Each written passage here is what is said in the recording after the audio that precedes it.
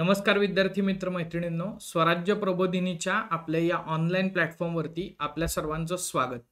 स्वराज्य सखोल नावाची एक सीरीज आपण आपल्या यूट्यूब चॅनलवरती चालू केलेली आहे, ज्याचा उद्देश आहे एमपीएससी डिस्क्रिप्टिव्ह पॅटर्ननुसार जेव्हा तुम्ही करंट अफेअर्सची तयारी करताय, करंट अफेअर्सचं ॲनालिसिस करताय, तर तेव्हा तुम्हाला एकच मुद्दा इन डेप्थमध्ये बघावा लागतो आणि म्हणूनच नावाप्रमाणेच आपण या स्वराज्य सखोल या सिरीजच्या माध्यमातून एकच मुद्दा सखोल स्वरूपात बघण्याचा प्रयत्न करणार आहोत.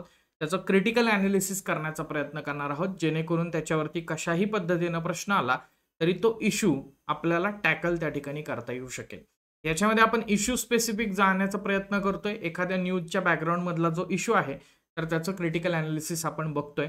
आजच्या एपिसोडमध्ये आपण चर्चा करत असताना एका विषयावरती चर्चा करणार आहोत, ती म्हणजे लोकसभेमध्ये महिला खासदारांची संख्या. 18वी लोकसभेची इलेक्शन्स पार पडले, त्याचा रिझल्ट देखील डिक्लेअर झाला आणि त्याच्यानंतर त्याच्यातला एक ॲनालिसिसचा मुद्दा म्हणजे नेमक्या महिला खासदारांची संख्या किती आहे आणि मग त्या महिला खासदारांच्या संख्येवरून जो मुद्दा चर्चेला येतो तो म्हणजे ओव्हरऑल काय पर्सेंटेज आहे. त्याच्यानंतर अक्रॉस द इयर्स म्हणजे पहिल्या पंचवार्षिक इलेक्शन नंतर टिल डेट काय परिस्थिती आहे. इतर राष्ट्रांच्या तुलनेमध्ये भारतामध्ये वुमेन रिप्रेझेंटेशन जे आहे, पॉलिटिकल रिप्रेझेंटेशन, तर त्याची काय परिस्थिती आहे. नेमकं महिलांचं प्रतिनिधित्व कमी असण्याची वेगवेगळी कारणं काय आहेत. त्याचबरोबर विधिमंडळामध्ये महिलांचं उच्च प्रतिनिधित्व असण्याचे फायदे नेमके काय आहेत, कशा पद्धतीनं त्याच्यामध्ये संवेदनशीलता निर्माण होऊ शकते सरकारच्या डिसिजन मेकिंगमध्ये किंवा महिला स्पेसिफिक धोरणांच्या बाबतीमध्ये, तर तो मुद्दा. त्याचबरोबर पुढचा मुद्दा आहे की याच्यासाठी कोणकोणती पावलं आत्तापर्यंत उचलली गेलेली आहेत, जेणेकरून महिलांचं रिप्रेझेंटेशन जे आहे तर ते वाढेल. आणि पुढचा मुद्दा येतो तो म्हणजे याच्यासाठीच्या उपाययोजना काय असू शकतात की इथून पुढं महिलांचं पॉलिटिक्समधलं रिप्रेझेंटेशन जे आहे तर ते वाढेल. सो याच सगळ्या दृष्टिकोनातून सविस्तर स्वरूपात आपण या मुद्द्यावरती आजच्या चर्चा करणार आहोत. सो अभ्यासक्रमाच्या पॉईंट ऑफ व्ह्यूनं जर आपण विचार केला तर अभ्यासक्रमामध्ये कुठं कुठं आपल्याला याचा रेफरन्स त्या ठिकाणी देता येईल, तर GS पेपर 1 मध्ये महिला आणि महिला संघटनांची भूमिका, याच्यात बऱ्याचदा वुमन एम्पॉवरमेंटवरती प्रश्न विचारले जात असतात किंवा महिलांच्या इश्यूजवरती प्रश्न विचारले जात असतात. सो तिथं आपण रेफरन्स देऊ शकतो. त्यानंतर GS पेपर 2 मध्ये निवडणुका हा डिरेक्ट फॉरवर्ड त्या ठिकाणी मुद्दा पॉलिटीचा आहे. आणि विशेष महत्त्वाचं म्हणजे निबंध लेखनाचा जेव्हा तुम्ही विचार करताय आणि विमेन रिलेटेड इश्यूजवरती, वुमेन एम्पॉवरमेंटवरती जेव्हा निबंध येतोय तेव्हा तिथं देखील आपण हे इनपुट त्या ठिकाणी देऊ शकतो. सो 1 बाय 1 मुद्दे उलगडण्याचा प्रयत्न करूया, समजून घेण्याचा त्या ठिकाणी प्रयत्न करूया. इंट्रोडक्टरी स्वरूपात आपण स्टॅटिस्टिकल ॲनालिसिस करूया की नेमकं 18व्या लोकसभेमध्ये महिला खासदारांची स्थिती काय आहे आणि याच्या आधीच्या लोकसभेच्या कंपॅरिझनमध्ये नेमकं आपल्याला काय दिसतं. सो चला तर मग जर आपण बघितलं तर 18व्या लोकसभेमध्ये 74 महिला खासदार त्या ठिकाणी निवडून आलेले आहेत. 2019ची याच्या आधीची 17वी लोकसभा आपण जर का लक्षात घेतली तर त्याच्यामध्ये टोटल 78 महिला खासदार निवडून आलेल्या होत्या. म्हणजे मागील पंचवार्षिकच्या तुलनेमध्ये याच्यामध्ये घट निश्चितपणे आपल्याला दिसते.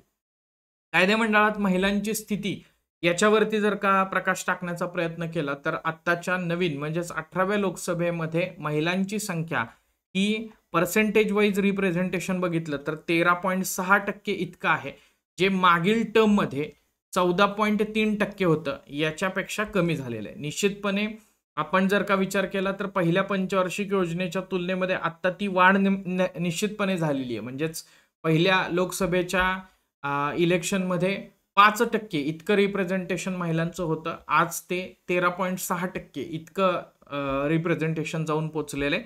पण मागील टर्मच्या तुलनेमध्ये मात्र याच्यामध्ये घट आपल्याला पर्टिक्युलरली दिसते. भारतामध्ये लोकसभेमध्ये महिलांचं प्रतिनिधित्व जे आहे तर ते इतर अनेक देशांच्या तुलनेनं कमी दिसतं. मग त्याच्यामध्ये UK असेल, US असेल किंवा अगदी दक्षिण आफ्रिका असेल, या राष्ट्रांमध्ये देखील महिलांची टक्केवारी ही जास्त आपल्याला दिसून येते किंवा त्यांचं राजकीय प्रतिनिधित्व जास्त दिसून येतं. अर्थात US, UK ॲक्सेप्टेबल आहे, पण दक्षिण आफ्रिकेसारख्या देशांमध्ये देखील विमेन रिप्रेझेंटेशन जास्त असणं हे मात्र भारताला कुठेतरी आपण या बाबतीमध्ये मागे आहोत हे दर्शवणारं त्या ठिकाणी आहे. 2024च्या इलेक्शनचा जर विचार आपण केला तर 14 पक्षांमधून महिला खासदार निवडून आलेल्या आहेत. त्यापैकी सर्वाधिक खासदार निवडून आलेल्या पक्षांच्या पहिल्या 3 पक्षांचा जर विचार केला तर त्याच्यामध्ये भाजप प्रथम क्रमांकावरती 31 खासदार महिला खासदार पर्टिक्युलरली यातून निवडून आलेले आहेत. त्याच्यानंतर काँग्रेस, इंडियन नॅशनल काँग्रेस आहे, 13 महिला खासदार निवडून आलेले आहेत. आणि त्याच्यानंतर TMC म्हणजे तृणमूल काँग्रेस आहे, ज्या पक्षाच्या 11 खासदार ज्या आहेत तर त्या निवडून आलेल्या आहेत. म्हणजे महिला खासदारांपैकी पर्टिक्युलरली आपण जर विचार केला तर. त्याच्यानंतर बघा, निवडून आलेल्या 74 महिला खासदारांपैकी 43 महिला खासदार या पहिल्यांदाच खासदार झालेल्या आहेत. आणि त्यांचं सरासरी वय जर का लक्षात घेतलं तर ते 50 वर्ष इतकं त्या ठिकाणी तुम्हाला लक्षात येईल. 2024च्या निवडणुकीचा जर विचार केला तर सुमारे 10% महिला उमेदवार होत्या. म्हणजे 10% महिला उमेदवारांना उमेदवारी देण्यात आलेली होती, जी निश्चितपणे मागील लोकसभा इलेक्शनच्या तुलनेमध्ये वाढ आपल्याला दर्शवते. मात्र पुढची फॅक्ट लक्षात घेण्याचा प्रयत्न करा. रवांडा किंवा क्युबा यासारख्या देशांच्या तुलनेत देखील भारतामध्ये कायदेमंडळामध्ये महिलांचं प्रतिनिधित्व तुलनेनं कमी आहे. राईट. आणि मग इथं आपल्याला कंपॅरेटिव्ह अनालिसिस मांडत असताना थोडंसं हॉलिस्टिक व्ह्यू घेत असताना तुम्हाला सांगता येऊ शकतं किंवा उत्तर लेखनामध्ये व्हॅल्यू एडिशन त्या ठिकाणी करता येऊ शकते. So changes in woman strength in Lok Sabha over the years असा एक चार्ट त्या ठिकाणी न्यूजपेपरमध्ये आलेला होता.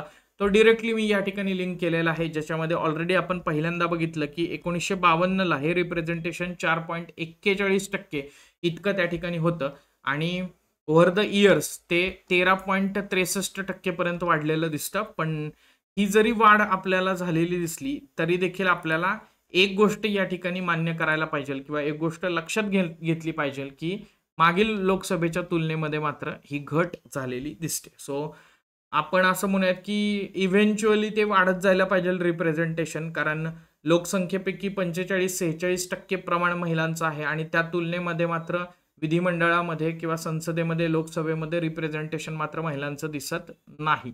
ते 13.4%च्या आसपासच त्या ठिकाणी 6%च्या आसपासच फॉल करताना दिसतो. मग महिलांचं प्रतिनिधित्व कमी होण्याची नेमकी कारणं काय आहेत तर ते आपण बघण्याचा प्रयत्न करूया. कारण आपल्याला जेव्हा क्रिटिकल अनालिसिस वरती प्रश्न विचारला जातोय, आपल्याला जेव्हा थोडासा त्याच्याबद्दल डिटेल स्वरूपात प्रश्न विचारला जाताना दिसतोय, सो पहिल्यांदा आपल्याला त्याची कारणं माहीत असली पाहिजे तरच आपण सोल्युशन त्या ठिकाणी काढू शकतो. राईट. सो पहिलं फॉरमोस्ट कुठल्याही प्रकारे आपण महिलांच्या प्रश्नाबद्दल चर्चा करत असताना जे कारण असतं तेच इथं कारण आहे, ते म्हणजे पितृसत्ताक समाज व्यवस्था. तो त्याच्यामुळे लैंगिक असमानता, त्याचबरोबर श्रमाचं लैंगिक विभाजन आहे, सांस्कृतिक आणि सामाजिक अपेक्षा महिलांच्या बद्दलच्या आणि महिलांमध्ये असणारी निरक्षरता, यामुळं साहजिकच म्हणजे या सगळ्या कारणांचा एकत्रित परिणाम म्हणून आपल्याला असं दिसतं की स्त्रियांचा मुळातच राजकारणामध्ये सहभाग कमी आहे आणि त्याचबरोबर त्यांच्या सहभागास अडथळे निर्माण होताना दिसतात. पदासाठी कमी प्रोत्साहन दिलं जाणं, पात्रतेबद्दलची आत्मशंका असणं, स्पर्धेबद्दलची अनिच्छा असणं आणि मोठ्या राजकारणाची भीती किंवा कौटुंबिक विचार यासारख्या कारणांमुळे देखील महिलांमध्ये राजकीय महत्वाकांक्षेचा अभाव त्या ठिकाणी असू शकतो. बघा, बऱ्याचदा मोठ्या पदावरती किंवा आपण असं म्हणूयात की खासदारकीची इलेक्शन लढवण्यासाठी कमी प्रोत्साहन महिलांना दिलं जात आहे. कधी कधी बऱ्याचदा हे असं मोठं पद जे आहे तर ते सांभाळता येऊ शकतंय का याच्याबद्दल आत्मशंका या सगळ्या आजूबाजूच्या गोष्टींमुळे निर्माण होताना दिसते. खरं तर तशी आत्मशंका निर्माण होण्याचं कारण काहीच नाहीये, पण आजूबाजूलाच तुमच्या अशी परिस्थिती आहे की तुमच्या त्या ठिकाणी ॲबिलिटीज वरती क्वेश्चन मार्क त्या ठिकाणी निर्माण होताना दिसतोय. सो त्यामुळं ती कुठेतरी एक मनामध्ये आत्मशंका निर्माण होते आणि ती आत्मशंका स्पर्धेबाबतची अनिच्छा म्हणजे स्पर्धा करण्याबाबत इच्छा निर्माण न होणं तर याच्यासाठी कारणीभूत ठरताना दिसते. याच्यामुळे मोठ्या राजकारणाची भीती पण निर्माण होताना दिसते आणि कौटुंबिक विचार एकंदरीत की ठीक आहे राजकारणात आहे हे ठीक आहे, पण असं कुठल्या तरी मोठ्या इलेक्शनसाठी वगैरे सामोरं जायचंय तर ते नको. त्याच्या मागची कारणं पण काय आहेत तर ती आपण पुढे बघूयात. बऱ्याचदा असं होतंय की पॉलिटिकल पार्टीच्या बाबतीमध्ये पक्षाचे नेते महिला उमेदवारांपेक्षा पुरुष उमेदवारांचा प्रचार करण्यात पक्षपात त्या ठिकाणी दाखवू शकतात किंवा निवड प्रक्रियेवरती त्याच्यामुळे परिणाम त्या ठिकाणी होऊ शकतो आणि साहजिकच महिलांना संधींमध्ये अडथळा त्या ठिकाणी निर्माण होतो. हे बऱ्याचदा असं असतं की एका मतदारसंघामध्ये 2 व्यक्ती इच्छुक असतील, त्यापैकी एक महिला असेल, त्यापैकी एक पुरुष असेल, तर प्रेफरेबली पुरुष उमेदवाराला त्या ठिकाणी प्राधान्य दिलं जातं, अनलेस अँड अंटिल आपण असं म्हणूयात की तो मतदारसंघ महिलांसाठी राखीव नाही. त्याच्यानंतर राजकीय शिक्षणाचा अभाव आपल्या कडे मोठ्या प्रमाणात आहे. गुन्हेगारीकरणातील वाढ आणि भ्रष्टाचार यामुळे राजकारणामध्ये महिला ज्या आहेत तर त्यांचं प्रतिनिधित्व आपल्याला कमी दिसतं. काही संरचनात्मक तोटे पण आपल्याला यामध्ये जाणवतात की जे तोटे हर्डल्स क्रिएट करतात महिलांचं रिप्रेझेंटेशनमध्ये, ते म्हणजे निवडणूक प्रचार हा खर्चिक आहे, त्याचबरोबर वेळखाऊ आहे. या निवडणूक प्रचारामध्ये अयोग्य टिप्पणी केली जाते, युक्त भाषणं केली जातात, अपमानास्पद धमक्या दिल्या जातात, बळाचा वापर त्या ठिकाणी केला जातो. हे खास करून अलीकडच्या कालखंडामध्ये एखाद्याच्या कार्यपद्धतीवरती टीका टिप्पणी करण्यापेक्षाही त्याच्या चारित्र्यावरती, त्याच्या वैयक्तिक जीवनावरती टिप्पणी करण्याचं प्रमाण जे आहे तर ते वाढलेलं दिसतं आणि याच्यामुळं कुठंतरी एक निगेटिव्ह इम्पॅक्ट हा महिला उमेदवारांवरती पडतो. मग हे सगळं आपल्या वाट्याला येण्यापेक्षा, याच्यातून बदनामी होण्यापेक्षा, याच्यातून आपल्या चारित्र्यावरती शिंतोडे उडवले जाण्यापेक्षा आपण या फील्डमध्ये न गेलेलं बरं किंवा आपण ही इलेक्शन्स न लढवलेली बरी, असा कुठंतरी विचार हा महिलांच्या मनामध्ये येताना दिसतो. आणि अगेन तो विचार येण्यामागे पण तो पितृसत्ताक समाजव्यवस्था आणि त्याच्यातून निर्माण होणारे कडून असणाऱ्या सांस्कृतिक आणि सामाजिक अपेक्षा, तर याच्यातूनच तो परत संरचनात्मक तोट्याच्या माध्यमातून येणारा विचार असतो की मग हे असं होत असेल तर नको रे बाबा, ती म्हणजे काय म्हणतात आलं इलेक्शन वगैरे असली काही भानगड नकोच, राईट. त्याच्यानंतरचा पुढचा मुद्दा आहे तो म्हणजे विधिमंडळामध्ये महिलांच्या उच्च प्रतिनिधित्वाचे फायदे नेमके काय आहेत. काय फायदे असे होऊ शकतात की महिलांचं जर रिप्रेझेंटेशन विधिमंडळामध्ये वाढलं तर आपल्याला काय साध्य करता येऊ शकतो, कशा पद्धतीनं गव्हर्नमेंटचा दृष्टिकोन अधिक संवेदनशील बनवता येऊ शकतो, महिलांच्या बाबतीतल्या पॉलिसी मेकिंगवरती कशा पद्धतीनं महिला रिप्रेझेंटेशन जर का जास्त असेल तर ते प्रभाव टाकू शकतो, तर ते वन बाय वन बघण्याचा प्रयत्न करूया.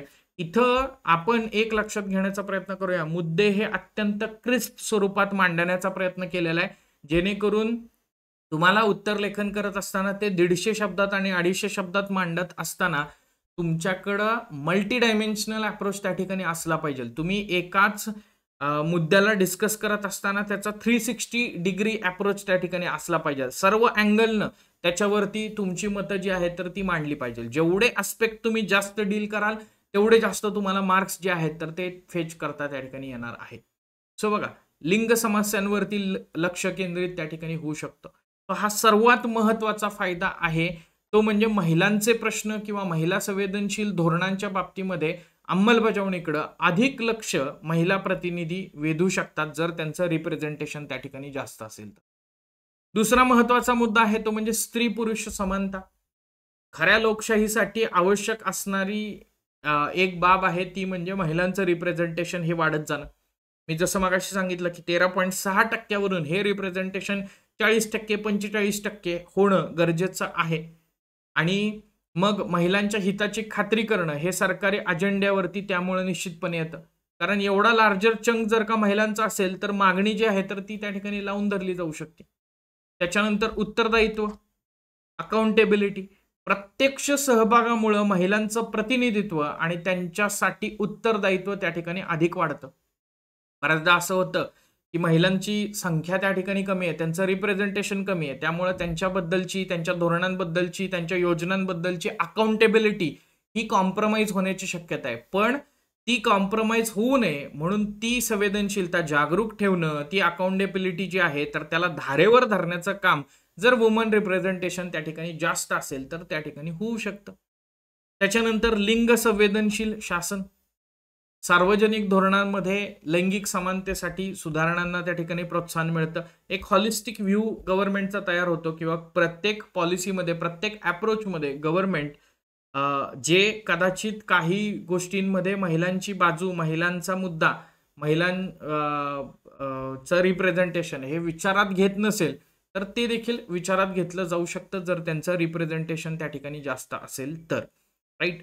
म्हणजे ही गोष्ट, ही ऍक्टिव्हिटी अशी आहे की जसं की आपल्याला असं लक्षात येईल की ब्रिटिशांनी हळूहळू भारतीयांना विधिमंडळामध्ये सामील करून घ्यायला सुरुवात केली, पण तरी पण बोलायचा अधिकार त्या ठिकाणी नव्हता. मग कालांतरानं आपल्याला असं लक्षात येईल की अर्थसंकल्पावरती चर्चा करण्याचा अधिकार मिळाला, आणि खऱ्या अर्थानं चर्चा करण्याचा अधिकार मिळाल्यामुळं मला तरी असं वाटतंय की त्या चर्चेच्या माध्यमातून भारतीयांसाठी काय योग्य आहे तर ते सांगण्याची एक संधी ही तत्कालीन नेते मंडळींना किंवा तत्कालीन जे राष्ट्रवादी कार्यकर्ते होते तर त्यांना त्या ठिकाणी मिळाली, आणि त्या माध्यमातून का होईना भारतीयांचे नेमके प्रश्न काय आहेत हे मांडायचा प्रयत्न झालेला दिसतो. आणि मग त्याच्यातून मग पुढे बऱ्याच गोष्टी होत गेल्या किंवा बऱ्याच सुधारणा होत गेल्या, किंवा ऍटलिस्ट ब्रिटिश शासनाचं लक्ष हे भारतीयांच्या खऱ्या प्रश्नांकडं किंवा खरोखरच तुम्ही या बिलच्या माध्यमातून या अर्थसंकल्पाच्या माध्यमातून आमचे प्रश्न सोडवण्याचा प्रयत्न करताय की नाही याकडे वेधून घेण्याचा प्रयत्न झाला. आणि मला वाटतंय तेच इथं जसं जेंडर सेन्सिटायझेशन असेल किंवा आपण असं म्हणूयात की प्रतिनिधित्व वाढलं की साहजिकच त्यांच्या प्रश्नांबाबत होताना दिसते. त्यानंतर सर्वसमावेशक उपक्रमांना प्रोत्साहन, महिलांची निर्णय क्षमता वाढवण्यासाठी कार्यक्रम आणि अनुदान यांना त्या ठिकाणी समर्थन दिलं जातं. सो सर्वसमावेशक उपक्रमांना प्रोत्साहन या माध्यमातून दिलं जाऊ शकतं. आता पुढचा मुद्दा आपल्याला लक्षात घ्यायचा आहे ते म्हणजे मग महिलांचं राजकीय प्रतिनिधित्व वाढवण्यासाठी कोणकोणती पावलं त्या ठिकाणी उचलली गेलेली आहेत. आणि याच्यात पहिलाच मुद्दा येतो तो म्हणजे नारी शक्ती वंदन अधिनियम 2023चा. जरी ते आत्तापासून इम्प्लिमेंट होणार नसलं तरी देखील याच्या अंतर्गत महिलांसाठी लोकसभा आणि राज्य विधानसभांमध्ये 1/3 जागा राखीव ठेवण्याची तरतूद आहे. म्हणजेच 33% विमेन रिप्रेझेंटेशन येईल. सो ते बाय लॉ त्या ठिकाणी येईल. याचाच अर्थ 13.6% आत्ता आहे ते कमीच आहे असं म्हणण्यापेक्षा बाय डिफॉल्ट त्या ठिकाणी 33% ते येऊ शकेल, आणि ही एक महत्वाची बाब कदाचित त्या दृष्टिकोनातून होऊ शकेल. त्यानंतर बघा पुढचा मुद्दा आहे की घटना दुरुस्त्या काही याच्या आधी झालेल्या आहेत. पर्टिक्युलरली आपण त्याच्याबद्दल बोलतो ती म्हणजे 73वी आणि 74वी घटना दुरुस्ती. ज्या घटना दुरुस्तीनुसार पंचायत राज आणि नगरपालिकांमध्ये म्हणजेच ग्रामीण स्थानिक स्वराज्य संस्था आणि नागरी स्थानिक स्वराज्य संस्थांमध्ये महिलांसाठी 1/3 जागा ज्या आहेत तर त्या राखीव ठेवण्यात आल्या. किंवा त्याही पुढे जाऊन काही राज्यांमध्ये आपल्याला असं लक्षात येईल, पर्टिक्युलरली महाराष्ट्राचं आपण लक्षात घेतलं इथं उदाहरण, तर महाराष्ट्रामध्ये स्थानिक स्वराज्य संस्थांमध्ये महिलांसाठी 50% जागा ज्या आहेत तर त्या राखीव आहेत, आणि असं करणारं महाराष्ट्र हे देशातलं पहिलं राज्य आहे. त्यानंतर सस्टेनेबल डेव्हलपमेंट गोल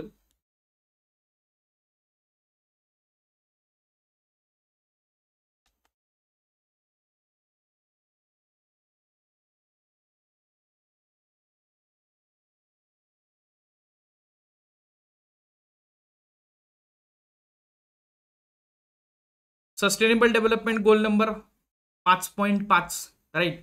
मी बऱ्याचदा सांगतो की आन्सर रायटिंग करत असताना SDGsला लिंक त्या ठिकाणी करणं गरजेचं आहे. जिसका कोई नाही उसका सस्टेनेबल डेव्हलपमेंट गोल है, राईट. तो कुठलाही प्रश्न लिहित असताना त्याचा कुठला ना कुठला तरी आस्पेक्ट SDGशी लिंक होतानाच दिसतो. तो भारतानं राजकारण आणि सार्वजनिक जीवनामध्ये निर्णय घेण्याच्या सर्व स्तरांवरती महिलांचा पूर्ण आणि प्रभावी सहभाग साध्य करण्याचं वचन या माध्यमातून दिलेलं आहे. सो ते एन्श्युअर करण्याचं काम हे याच्यातून होताना दिसते. आणि अर्थातच हे गोल अचीव करायचे म्हटल्यानंतर ते रिप्रेझेंटेशन हे सार्वजनिक जीवनांमध्ये किंवा प्रभावी सहभाग वाढवण्याच्या दृष्टिकोनातून येते. सो मी असं म्हणेन की नारी शक्ती वंदन विधेयक हा एक त्याचाच एक भाग असू शकतो. त्याच्यानंतर घटनात्मक उपाय कलम 14, कलम 15, कलम 46 किंवा कलम 243D याच्या अंतर्गत समानता, सामाजिक अन्यायापासून संरक्षण, त्याचबरोबर पंचायती राज संस्थांमध्ये महिलांसाठी जागांचं आरक्षण हे सुनिश्चित करण्यात आलंय. सो जेव्हा एखादी प्रोव्हिजन ही कॉन्स्टिट्यूशनल असते तेव्हा आपण असं म्हणूयात की त्याच्यातून जास्त एन्श्युअर होतं की तो सहभाग किंवा तो मुद्दा जो आहे तर त्याला न्याय त्या ठिकाणी मिळू शकेल. कायदे मंडळातले वेगवेगळे उपक्रम जसं की लोकसभेमध्ये महिला सक्षमीकरण आणि लिंग तटस्थ नियमांवरील संसदीय समितीची स्थापना करण्यात आलेली दिसते.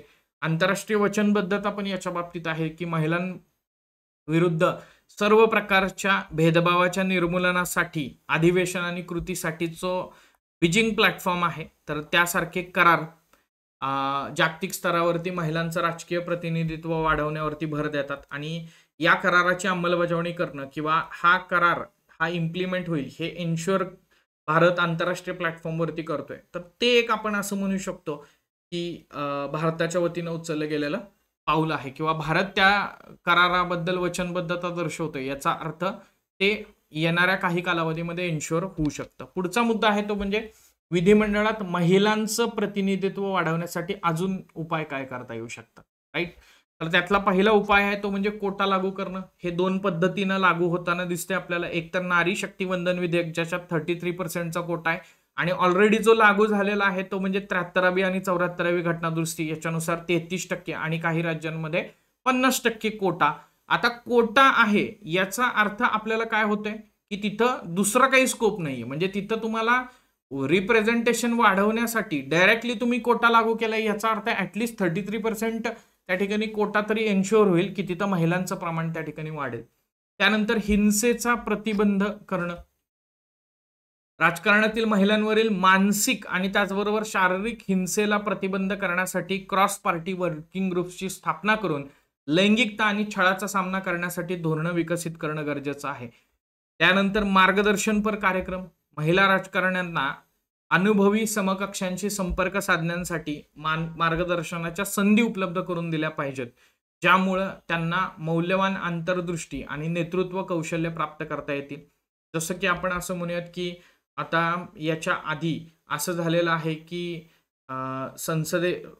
संसदेच्या बाबतीमध्ये लोकसभेच्या अध्यक्ष काही महिला राहिलेल्या आहेत, तर त्या लोकसभेच्या अध्यक्ष राहिलेल्या महिलांना किंवा त्यांच्याद्वारे एक वेगवेगळा प्रोग्राम आयोजित करून एम्पॉवरमेंट सेशन्स त्या ठिकाणी घेणं आणि त्याच्याद्वारे महिलांमध्ये अशा प्रकारे देखील महिला रिप्रेझेंट होऊ शकतात किंवा महिला भूमिका बजावू शकतात, हे ठोसपणे जर का त्या ठिकाणी सांगितलं गेलं तर ज्या महिला ऑलरेडी राजकारणात येऊ पाहत आहेत किंवा आलेल्या आहेत त्यांचा एक कॉन्फिडन्स लेवल पण त्या ठिकाणी वाढू शकते आणि त्यांच्या मनामध्ये याच्या बाबतीमध्ये सकारात्मक भावना निर्माण त्या ठिकाणी होऊ शकते. प्रसार माध्यमांची भूमिका पण इथं अधोरेखित करण्यात आलेली आहे. बघा, राजकारणामध्ये महिलांना न्याय्य प्रतिनिधित्वाला चालना देण्यासाठी पत्रकारांना शिक्षण देऊन पक्षपातीपणा दूर करून माध्यमांमध्ये महिलांचा सहभाग वाढवणे तसेच महिला प्रश्नांना कव्हरेज देणं हा देखील एक मुद्दा या माध्यमातून होऊ शकतो, राईट. सो इन जनरल या काही उपाययोजना ज्या आहेत तर त्या आपण असं म्हणू शकतो की त्या उपाययोजना आपल्याला करता येऊ शकतील आणि त्याच्याद्वारे महिलांचं प्रतिनिधित्व जे आहे तर ते वाढवता येऊ शकतं. तो एकंदरीतच महिलांचं प्रतिनिधित्व कमी असण्याची कारण, त्याचबरोबर ते वाढवलं पाहिजे तर ते कशा पद्धतीनं वाढवता येऊ शकतंय, त्याच्यासाठी आतापर्यंत काय उपाययोजना केलेल्या आहेत आणि इथून पुढे काय उपाययोजना करता येऊ शकतात, तर या स्वरूपात आपण या सगळ्या मुद्द्यावरती चर्चा केली.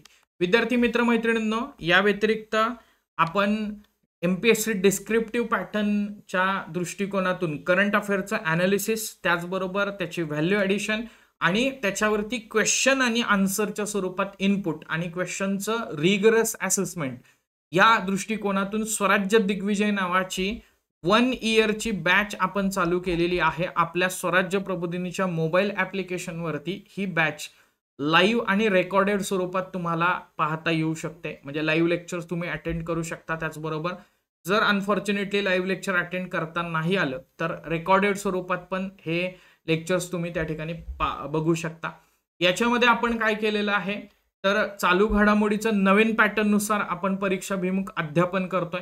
त्याच्यामध्ये the Hindu, Indian Express, Loksatta, Mata या वृत्तपत्रातील संपादकीय किंवा इतर महत्त्वाच्या लेखांचं क्रिटिकल ॲनालिसिस आपण याच्यामध्ये आणण्याचा प्रयत्न करतोय. जसं की हा एक लेख आलेला होता लोकसत्ता द हिंदूमध्ये आणि त्याचंच ॲनालिसिस आपण त्या ठिकाणी केलेलं दिसते. हे ॲनालिसिस केल्यानंतर त्याच्यावरती तर आठवड्यातून 2 दिवस लेक्चर होतीलच, पण त्या व्यतिरिक्त या 2 दिवसाच्या लेक्चरमध्ये तुम्हाला 4 प्रश्न त्या ठिकाणी लिहायला दिले जातील, ज्या प्रश्नांची उत्तरं तुम्ही लिहायची आहेत डिस्क्रिप्टिव्ह स्वरूपात आणि त्याचं 10 वेगवेगळ्या पॅरामीटर्सच्या बेसिसवरती क्रिटिकल ॲनालिसिस होईल आणि नेमकं मग उत्तर अजून कसं सुधारता येऊ शकतं तर त्याच्यावरती आपण काम करणार आहोत. याच्यासाठी प्रत्येकाला क्रिटिकल इंडिव्हिज्युअल फीडबॅक दिला जातो, जेणेकरून त्या उत्तरामध्ये तुमचं नेमकं चुकतंय काय याच्यावरती फोकस केला जातो. बऱ्याच ठिकाणी मॉडेल आन्सर देऊन विषय क्लिअर त्या ठिकाणी केला जातो, पण मला असं वाटतं की कुठलंही आन्सर हे मॉडेल हेच म्हणजे मॉडेल आन्सर असं काही नसते.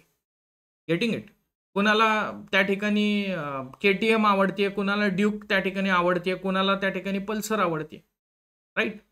तर प्रत्येकाची आवड निवड वेगळी असू शकते, तो त्याचा व्ह्यू पॉईंट असू शकतो. फक्त मुद्दा काय आहे, as per the demand of question तुम्ही आन्सर लिहिताय का नाही. माझ्या दृष्टिकोनातून जर बघाल, माझ्या दुर्बिणीतून जर बघाल ना, तर मला असं वाटतंय की कुठलंही आन्सर जे as per the demand of question आहे आणि जे व्यवस्थित पद्धतीनं मांडणी त्याची केलेली आहे, त्याच्यामध्ये फ्लो त्या ठिकाणी व्यवस्थित आहे, तर ते उत्तर हे मॉडेलच असतं. त्यामुळं तुमच्या उत्तरामध्ये सुधारणा करून त्या उत्तराची वाटचाल ही अधिक परीक्षा काय म्हणतात त्याला, as per the demand or as per the context of the question कशी होईल, याच्यावरती आपण या क्रिटिकल इंडिव्हिज्युअल फीडबॅकमध्ये त्या ठिकाणी प्रयत्न करताना दिसतो किंवा त्याच्याकडे वाटचाल करताना आपण दिसतो.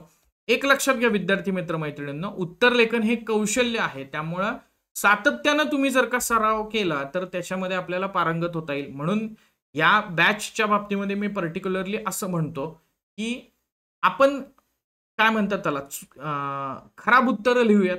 बऱ्याचदा एक टॅगलाईन आपण वापरतो की good answer writing comes from bad answer writing. So एकदा चुका होईल, दोनदा चुका होईल, 10 वेळा चुका होतील.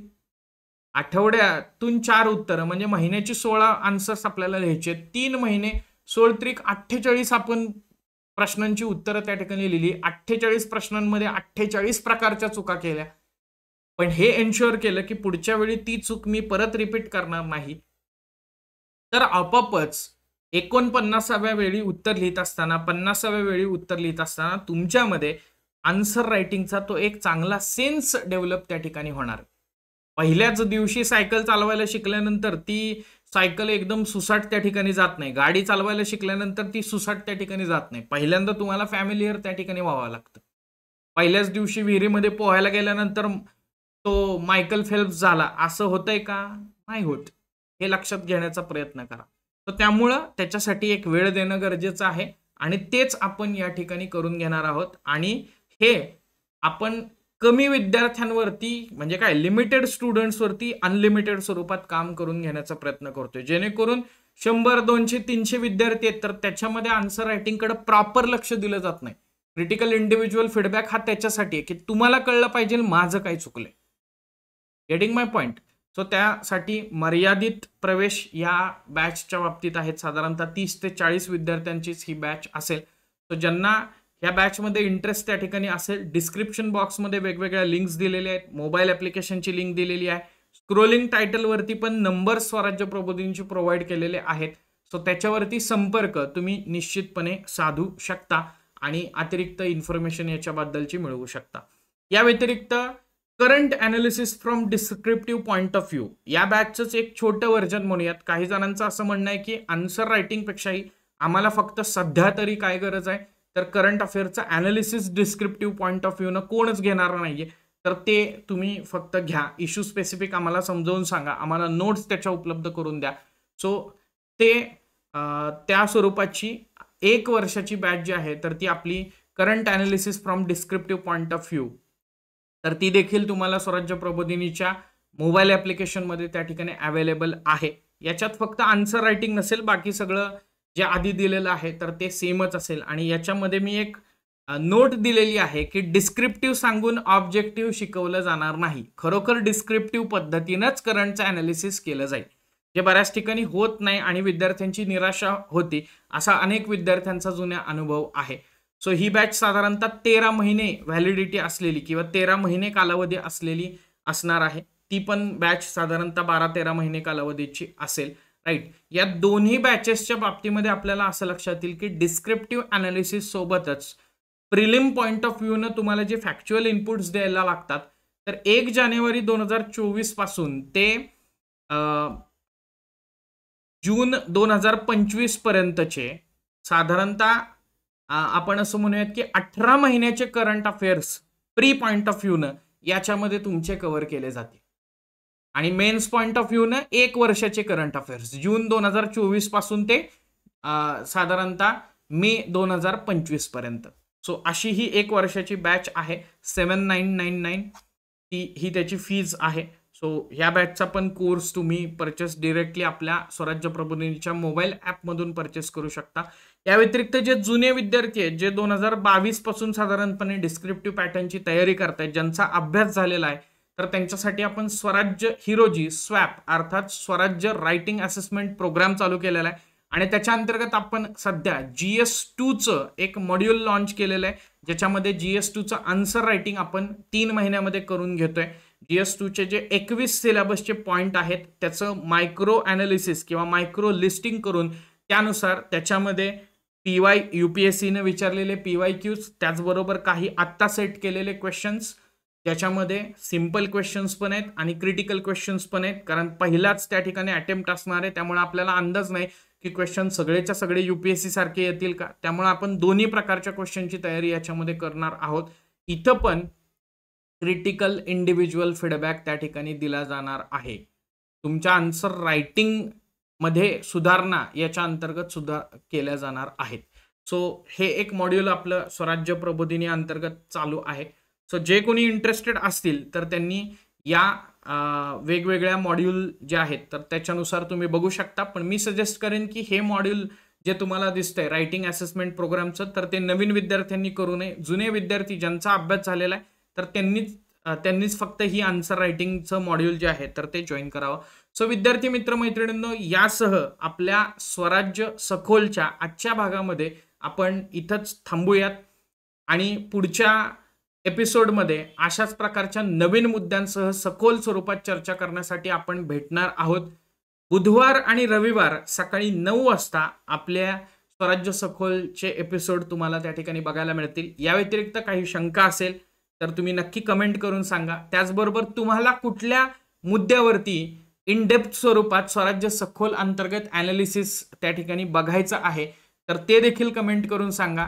या सगळ्या नोट्स तुम्हाला स्वराज्य प्रबोधिनीच्या टेलिग्राम चॅनलवरती अवेलेबल असतील. त्याची लिंक डिस्क्रिप्शन बॉक्समध्ये आहे, तिथून त्या नोट्स तुम्ही डाउनलोड करू शकता.